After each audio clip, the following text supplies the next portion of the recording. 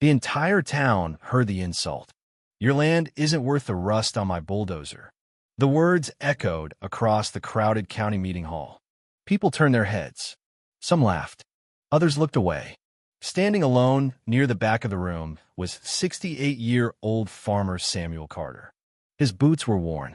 His denim jacket was faded. His hands carried decades of hard labor. Across from him stood Victor Langston, the richest developer in 3 counties. Victor owned luxury resorts, shopping centers, office towers, entire neighborhoods. And today, he wanted Samuel's farm. The problem was simple. Samuel refused to sell. For 6 generations, the Carter family had worked that land. The farm wasn't large. It wasn't beautiful. Years of drought had left sections barren. The old barn leaned slightly to one side. The fences needed repair. The farmhouse roof leaked every spring. But it was home. Victor saw something else.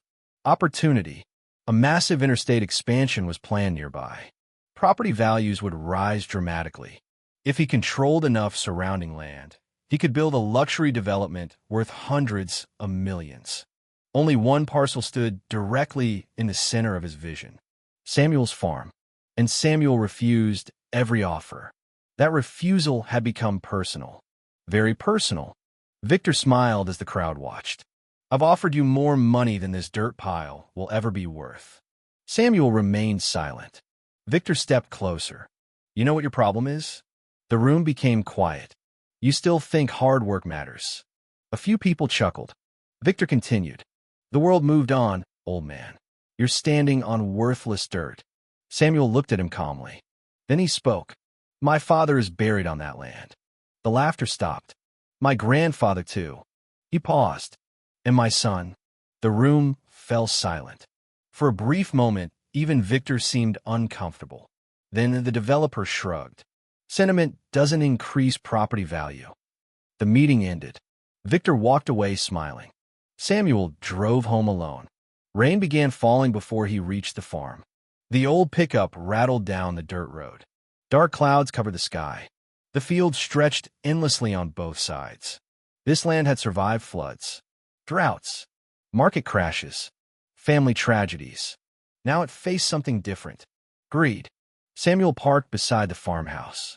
Inside, bills covered the kitchen table.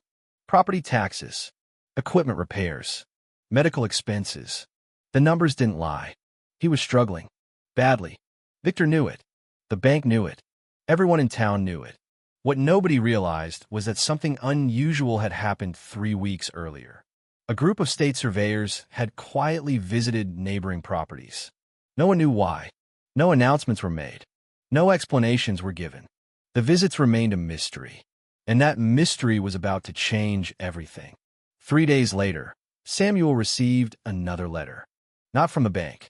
Not from Victor. From a county government. He opened it carefully. His eyes narrowed, then widened. A state geological team requested permission to access a small section of his property. No explanation. No details. Just a request. Samuel signed the approval. He figured they were studying soil conditions for the new highway. Nothing more. But he was wrong. Very wrong.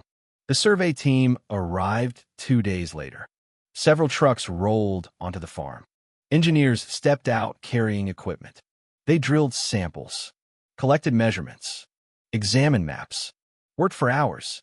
Samuel watched quietly. One surveyor seemed especially interested in a specific ridge near the northern boundary.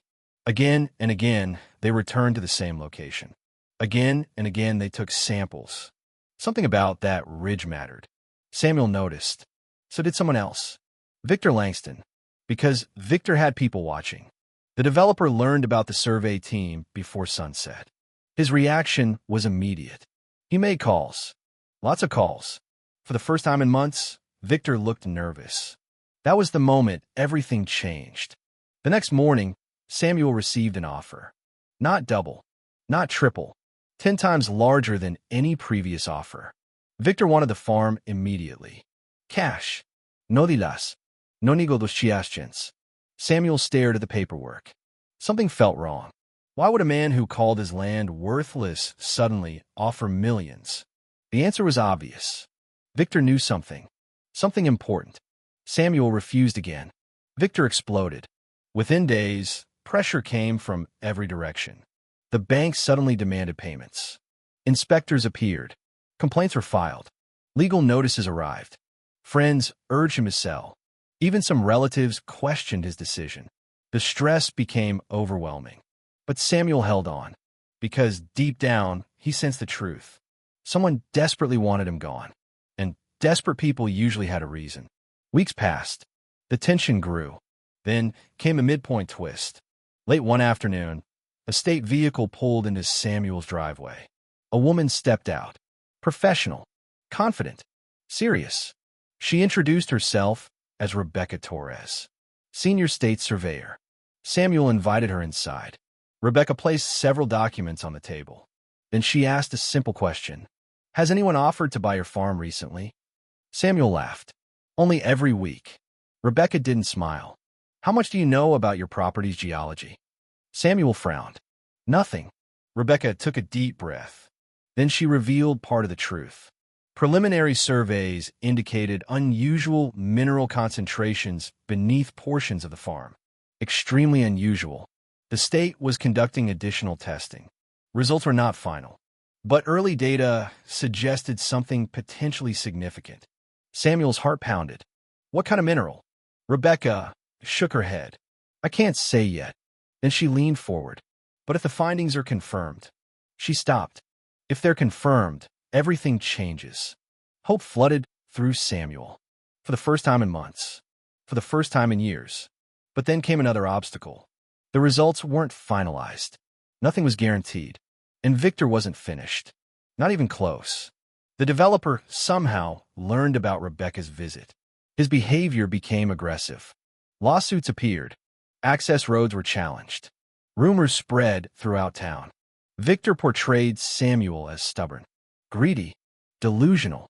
The local newspaper even ran a story suggesting the farmer was blocking economic progress. Public opinion began turning against him.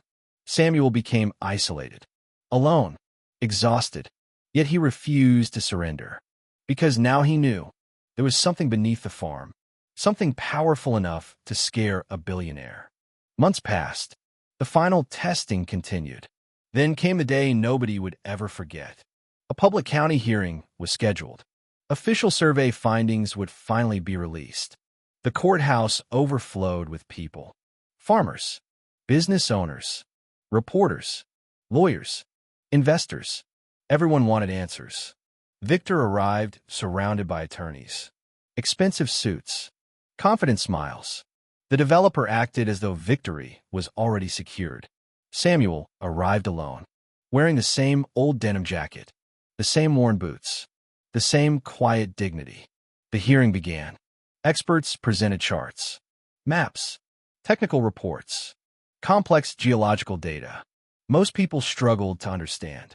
Then Rebecca Torres took the podium. The room became silent. She opened a folder, adjusted the microphone, and delivered the sentence that changed everything.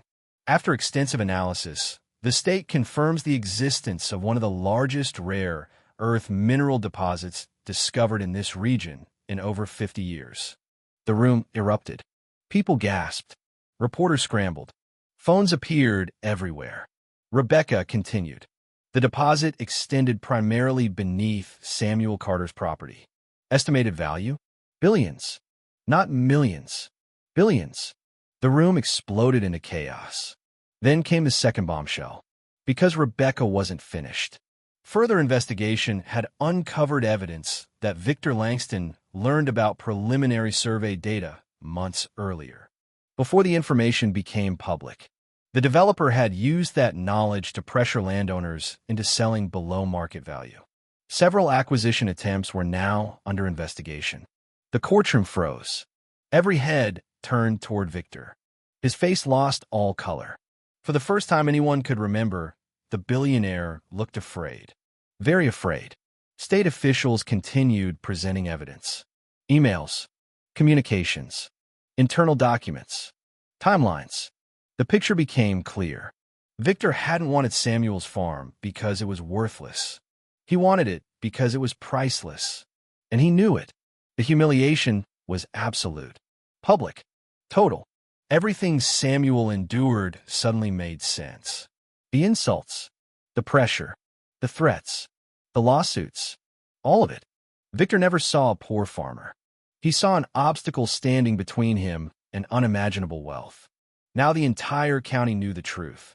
The developer who called Samuel worthless had spent months desperately trying to steal the most valuable property in the region. The reversal was devastating. Reporters surrounded Victor. Questions flew from every direction. His lawyers rushed him toward the exit. Cameras followed. No one was interested in his answers. Because the story had already been written. The rich developer had been exposed. Meanwhile, something extraordinary happened. People approached Samuel, one after another. Farmers, neighbors, business owners, strangers. They shook his hand, thanked him, apologized. Many admitted they had doubted him. Samuel accepted every apology with grace. No anger, no revenge, just quiet dignity. Because that was who he was. Months later, formal agreements were reached. The mineral rights generated wealth beyond anything Samuel had imagined. Yet he didn't leave. He didn't buy mansions. He didn't move to the city. Instead, he repaired the farmhouse, restored the barn, expanded local scholarships, helped struggling farmers, supported community projects. He invested in the town that had raised him. As for Victor Langston, investigations continued. Several projects collapsed. Investors withdrew. His reputation never recovered. The man who believed money gave him power discovered something far stronger. Truth. One autumn evening, Samuel stood beside the ridge where surveyors had first taken samples. Golden sunlight stretched across the fields. The wind moved gently through the grass. For a long time, he said nothing. Then his granddaughter asked the question everyone wondered. "Grandpa, did you ever know there was treasure under the farm?" Samuel smiled. He looked across the land his family had protected for generations. Then he answered softly, "No." He paused. "But I always knew the land was worth more than people thought." The sun dipped below the horizon. The fields glowed gold. And for the first time in years, the future looked brighter than the past. Because sometimes the world sees only dirt, until the truth buried underneath finally rises to the surface.